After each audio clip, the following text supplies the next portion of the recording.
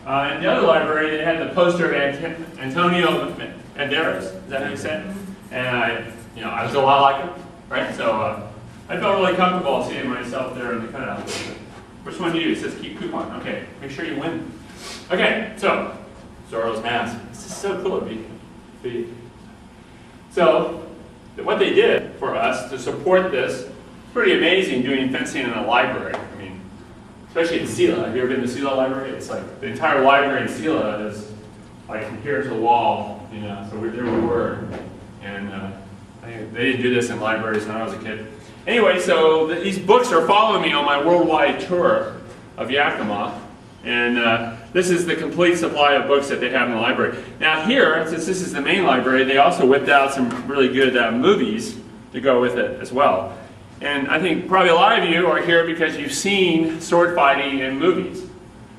Probably very few of you have ever had to sword fight, hopefully none of you, but have had to sword fight to defend the honor of someone or yourself, or to pass down the hallway at high school or whatever. You've never had to do any sword fighting. So we mostly get exposed to sword fighting from movies about the past. So fencing, I was just going to tell you a little bit about the fencing history and how incredible it used to be. And indeed, in the 1500s and the 1600s, in 1 year, 5% of the French nobility died. In 1 year in the early 1600s, 5% of all nobles in France died from sword fighting, from dueling. It became what you did, every week, every month, whether it was over a mistress or someone's wife, or whether it was just an insult, like I said, at the high school in early France. That's how you resolved conflicts. Well, the king was losing all his relatives and all his best, rich supporters and stuff. And so what they finally did was they started passing laws to outlaw fencing, or outlaw dueling.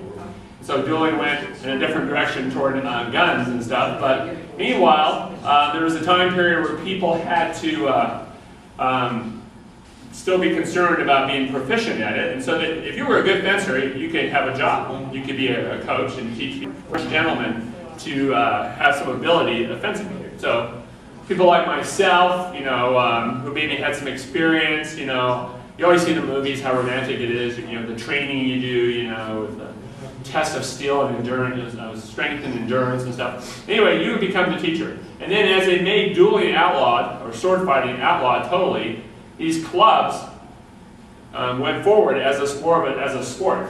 So it was still a sign of manhood to be proficient in a sword, but it was probably fairly rare that you would actually be fighting a duel. And this is in the 1700s into the 1800s. Dueling became, illegal. You could be sent to jail if you killed somebody in a duel. But yet, people would go off in the hills and still do dueling. So, fencing was important. Originally, it was, even the sport of fencing still used tipped, swords with metal tips that you could cut each other with, so you had to be careful. And they started noticing that most of the old fencers only had one eye, The scars on the face, that was okay, but losing the eyes, that was a problem. So sometime in the mid-1800s, they invented the mask.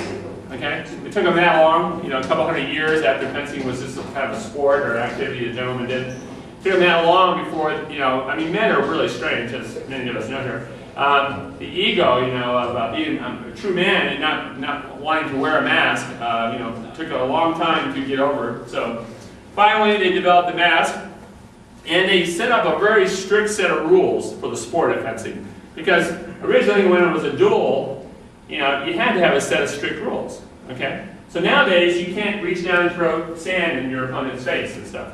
But that was very common in the 1600s, for example, and stuff. And there's real strict rules about how it starts and how far away you are, and I'm going to explain all that in the immediate future that we're all living through.